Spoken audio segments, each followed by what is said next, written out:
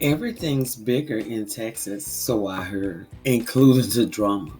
Ashley continues her mission to keep spirits high, and Austin sort of weird. But plans are derailed when Robyn is pushed to her breaking point. Stay tuned for more. Can hardly sleep at night, doing crazy dreaming. You're the reason why. Hiding by the Well, let's talk about this episode. We also found out that yes, Lil Bae, Nneka's cousin, did get a gala, which is a head wrap, an African head wrap, and she was mentioned at Wendy's daughter's Sip and See. But Giselle was there too, and she got a gala as well, and she doesn't get along with Wendy, so what? Wendy doesn't know you, and I do believe that you tried to use Wendy's name to get on the show. And you successfully did because they wanted something on Wendy. But at some point, Wendy called Nneka a crackhead, and Giselle said, let's not put out allegations. Girl, please. That's all you do is sit up on the off season, you and Robyn and others, whoever you can pull into your circle, and you guys plot against the other housewives. And you have Ashley is included. In fact, Ashley is probably the catalyst for this whole mess about names in a shrine and whether Wendy knows Nneka or not. So here's the thing, whether she does or not, Ashley, Giselle, and Robyn love the fact that there's someone there who does not like Wendy as well. And I like that Wendy went right up to Candace as she pulled Nneka aside in front of her. In so many words, I'm paraphrasing that you can do what you want, but don't mention my name. But I believe that Wendy needs to look out for Candace as well because she is going to try and walk that line with being Nneka's friend, which is associated with Robyn and others that do not like her. So I will be careful for what Candace is about to do, but at the same time, Candace needs to be careful as well. And since when it was cute to not only perform fellatio or either discuss that openly, these ladies are talking about swallowing, which I just believe that is very, inappropriate for this particular show. And when they do not have anything to grasp onto, that's where they go to the disgusting sexual antics. And I was shocked that Wendy brought it up. But at the same time, we found out that Robyn does, which is disgusting. But Karen said in her confessionals that, girl, she needs to be careful about what she is swallowing, knowing what Warren does on his free time. Robyn, she invites everyone to her room, and Candace was there as well. And I don't know if she's trying to extend an olive branch toward her by putting on her slippers to wear in her room and up to her room. I don't know if she's trying to rekindle a bond between her and Robyn, but it seems kind of awkward and eerie that she would do that. Nneka and Ike was on the phone and odd conversation like they were friends talking about Wendy calling her a crackhead. Well, I've always said there is no fair fight and there's no limit how hard I hit you back. Okay, so you bring her mother up, making her sing as if she practiced some type of weird religion. In fact, what she witnessed was a prayer, and I feel that it was fair for her to call you that. And like I said, going back talking about Candace, Ashley, Robyn, Giselle, they were discussing how they found it kind of weird that Candace was trying to hang around and be in Robyn's room, because I believe that if she wanted to speak to her later, she could have made that clear by just saying, "Can we talk later?" and went on with her business. And this where the weird part of Texas came in, where Ashley had this lame party where she wanted the ladies to uh, draw or paint their private part, and many of them was not feeling that. So the conversation went on to asking Robyn about her relationship with Juan.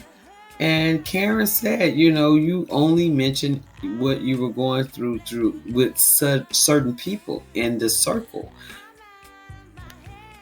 And I'm just like Wendy in the car when it comes to them talking about Robyn and Juan. I don't care. I don't care. It has been done. It has been said. Nobody is going to change her mind.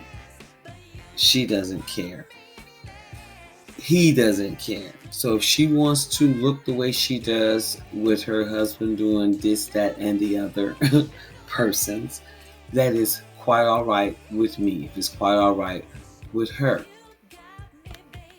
But it seems as if in that episode where they were at this breakfast, or they were going to paint their private, where Robyn tried to have a pre-rehearsed moment. Like, what you gonna do, fight me? She is just so elementary.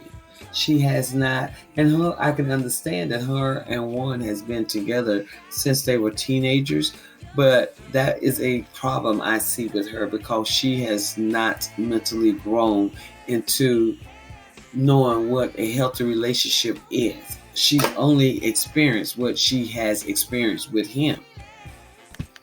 So the ladies were separated. Some of them went to try on boots or to the shop for boots, and then some of them went to a distillery.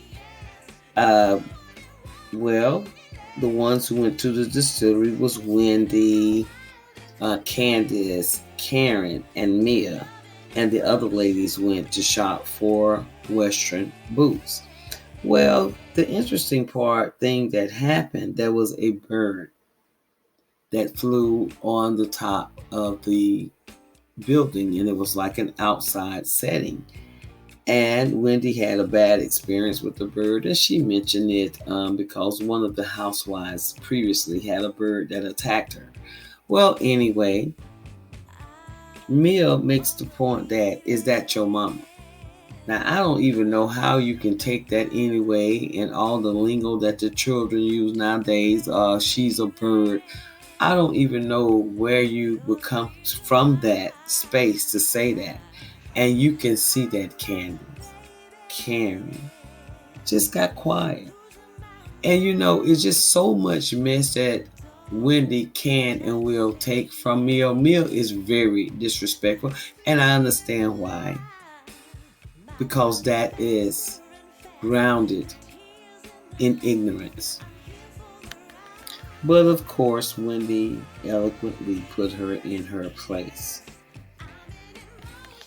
But what Mill did bring up later on, when they all met together, she brought up the fact that Ashley's divorce, fake divorce, of course.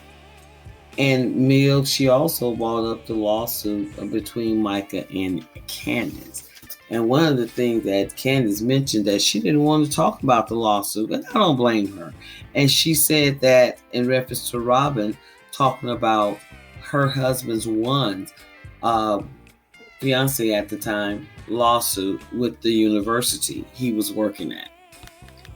And then had the audacity to say Robyn Can we make a list of what we can and cannot talk about? Well, dear, you've already made your list, okay? Because your list is one of the things that Karen brought up, that you put your story behind a paywall. And I still don't think they're holding you accountable enough for what you did, because you should not be here this season.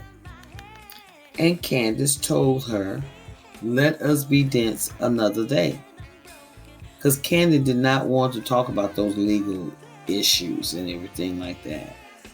Because, and I can understand why, because you're being recorded and it put your case in jeopardy. You may say something that is dangerous to the outcome. So yes, that was a smart move not to mention it at that moment. And all I can say with this is that Robyn needs therapy, and it needs to be separate from one, and then it needs to be together. Candace is playing on this show as if it's dire, and I can understand it is. Ashley, she needs to stay out of people's business unless she wants to reveal her divorce and what's going on there. I believe Karen needs to stick around because I believe she would tell it like it is and would not blur the lines. Whereas Giselle, she does not like a certain one on the show, and it is her job, duty, is to reveal stuff about them, lie about them and their marriage. And she plays too dangerously close when you're dealing with someone in a serious relationship, such as a marriage.